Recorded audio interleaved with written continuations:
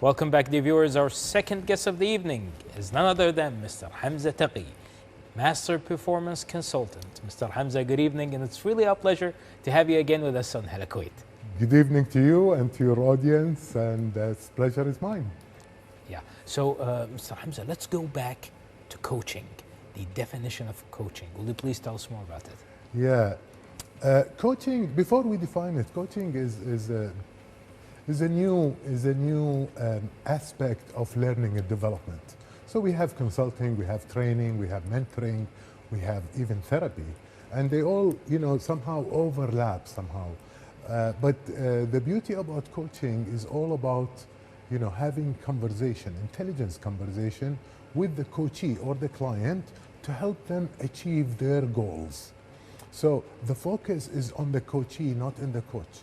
So even the coach doesn't need to be an expert to coach, but they need to be good listeners, they need to be good communicator, they need to ask powerful questions to evoke the potential of their coachee to help them achieve the goals that they desire.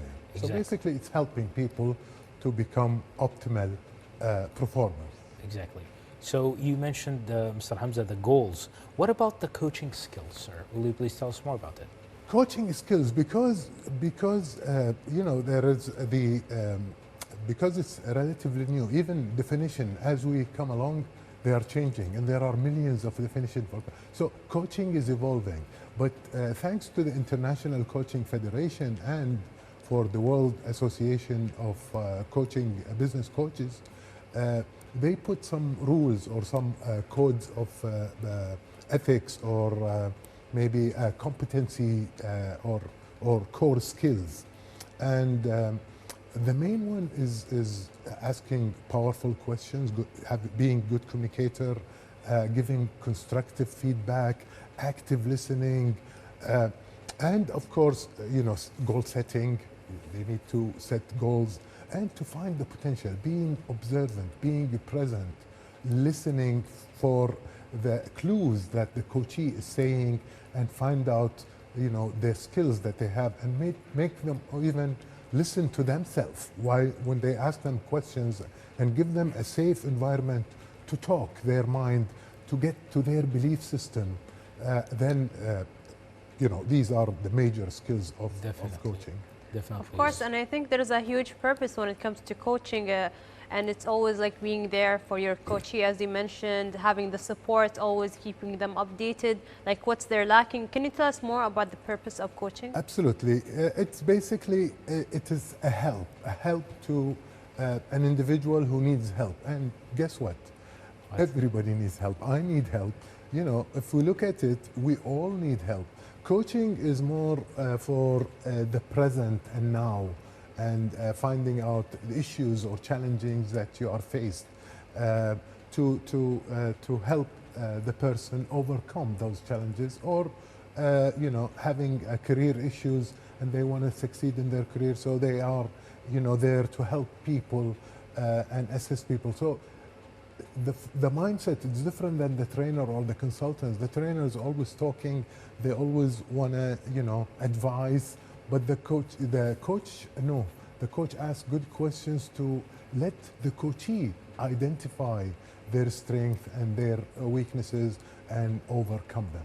Of course, so there's a huge difference between a trainer and a coach. A coach is always there morally supporting the coachee, and I think that's very important to know the difference. Definitely, because I think nowadays exactly. a lot of trainers are referred to as coach, and there's a huge difference between them. There is a huge, although there's an something overlap. in common. Yeah, there is Yes. an overlap, but it's totally different. Yes. Different mindset even.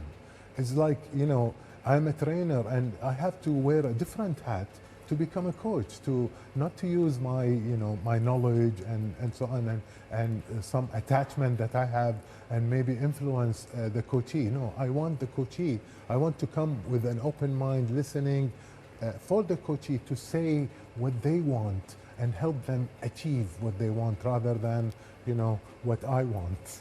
Exactly. Tell them. Of course, and there's also different types of coaching styles. So can you tell us some of these styles? Yes, more of a, it's like, autocratic style, and But the better of our visionary or transformational style coach, the better it's the type of coaching. For example, we have executive coaching. Those coaches who help executive, high, GMs and high, powerful people, even president get coached by executive coaching. And then we have career coaching, and we have relationship coaching. People who has a problem in relations and stuff, so they need a coach. The coach will come and help them out. There is the team coaching, and there is a skill coaching, and there is a life coaching. Now, life coaching is becoming very, trendy, and everybody wants to be a life coach. But life coaching requires a lot of discipline, a lot of being authentic and realistic about what you're doing. Yeah. Of course, I think, yes, that is very trendy, happening a lot nowadays. A lot of people have a life coach who helps them throughout their life and obstacles to overcome them. And I think it's very important what you mentioned. A life coach isn't something that should be happening all around of the state of Kuwait. I think someone really needs to have high ethics, as you mentioned, and a lot of different types in order to become a life coach. Exactly. To be honest, Mr. Hamza, you're really a generous person. Thank you so much, especially when sharing information. And about coaching, you give us a definition, the types of coaching, you give us the purpose of coaching, and also the main skills of coaching. But I'm really wondering about the definition, or something sometimes I hear, which is called good coaching. What is good coaching? Good coaching who focuses on the values of the person, who puts himself in the person environment, rather than listening from my own perspective. No, I listen from the coachee perspective, and that requires a lot of awareness, a lot of being really, conscious and living the present, and not to have other stuff that is hanging on. To be very clear, to give very constructive feedback, and to focus on the coachee and the success of the coachee. The spotlight is the coachee, not the coach. Exactly. Yeah. Exactly. Yeah. Speaking of the coachee, Mr. Hamza, how do we exactly coach someone? Like, if you tell us, like, how it looks like. You need basically a framework or a process that you use, and there are many processes. There are many coaching models that we can use as a process. For example, the GROW model is very important, and the GROW stand for goals. So you ask the person about their goals, their dream, what they want, what they aspire. Exactly. And then you go to the R, which is the reality. Where are we now from the goals that we can achieve? What sort of resources we have? What sort of help? So really, digging down on our present situation, what capabilities we have and what strength we have. And then for the O is the options. So we brainstorm together what options and what route we can take, or what action steps we can take immediately to achieve the desired goal that we planned correctly.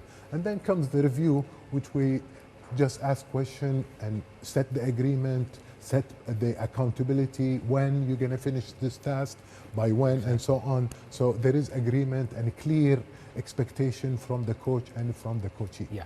Mr. Hamza, do you have any advice for the coachees who are watching this tonight? Well, selection is very important. It's to select the right coach for them, and to come with really knowledge about what they need. Sometimes, they don't know what they need. So it's very difficult. They are not coachable if they don't know what they need and what they want to achieve. So I say come with an open mind, and don't underestimate your capability as a coachee. You have potential, you have capability, you have standard. Use that, and you will achieve definitely your goals. Okay. Of course, it's always a pleasure to have Mr. Hamza Taqi. It's always a pleasure to have you here in the series of Kuwait. Every time you're teaching us something new, and as you mentioned, Muhammad is being very generous with the information. Exactly. I think everyone watching is learning a lot from you. I definitely hope so. I'm adding value. Yeah, and we learn a lot from you also, Mr. Hamza. Thank you so much, Mr. Hamza. We really hope you enjoy your evening. Thank you. Thank you for having me. Thank you. Dear viewers, you had with us Mr. Hamza Taqi, Master Performance Consultant, and also chief of excitement. That's what he wrote in his card. Let's move on to our next report, nutrition. Stay tuned.